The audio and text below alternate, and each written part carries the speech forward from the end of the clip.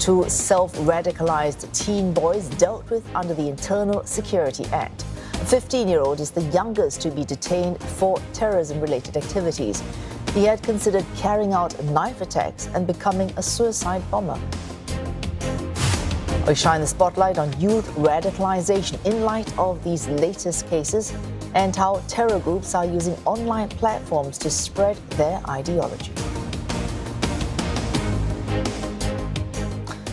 And our reporter Tan Sihui joins us in the studio to discuss this issue. Sihui, both boys consumed terrorist propaganda online. One of them even underwent online training on a gaming platform called Roblox.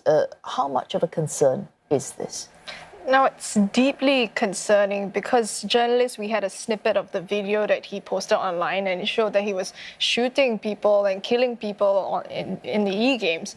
And this is very shocking because he wanted to mimic the violence in real life, and family members were unaware of this at all. And so it is very concerning. And for e-games, experts say that youths are able to create worlds of their own, and they get to create avatars of their own and create this fantasy. And also they're in this echo chamber where like-minded youths like themselves, they have the same kind of thoughts and radicalized thoughts. And so they're really coming off each other, and they're just feeding off each other in this echo chamber. And so it's very concerning. And a survey conducted in the US last year found that nearly 1 in 10 gamers between the age of 13 and 17-year-old were exposed to extremist ideology. So it's extremely worrying.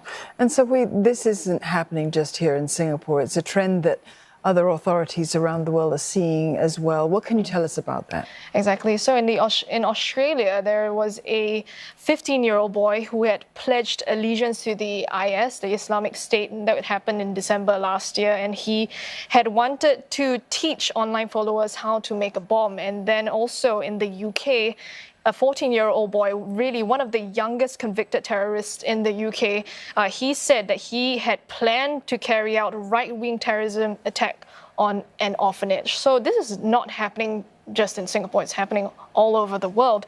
And according to experts, they say that self-radicalization is exacerbated by the pandemic because this generation of youths, they are lonelier than ever because they were kept at home during the pandemic. And so they turn to these online spheres to get friends, to talk to people. And so that's why terrorists, they know that this is happening, so they're targeting the youths.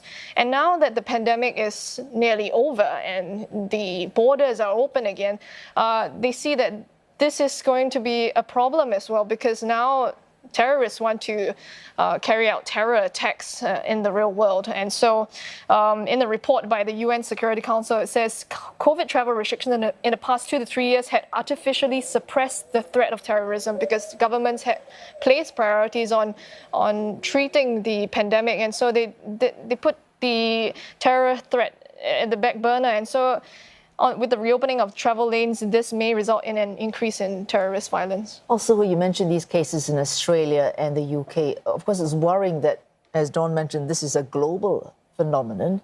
But of course, the good thing, if you can call it good, is that we can all learn from each other. What strategies are there to stem this kind of phenomenon? It's been repeated many times, watch out for the telltale signs. If they have exhibiting different behaviors in their normal self, then they should really flag it up. In school, this would be the teachers, this would be friends and school counselors. And at home, they're saying that families should really have conversations with children and youths. But beyond that, experts also say that there should be conversations with social media industry, with the gaming industry, to really make the online sphere a safe place for youth. Well, thanks so much for joining us in the studio. We've been speaking to Tan Sihui, CNA's Tan Sihui, on youth radicalization and what we need to do to combat this issue.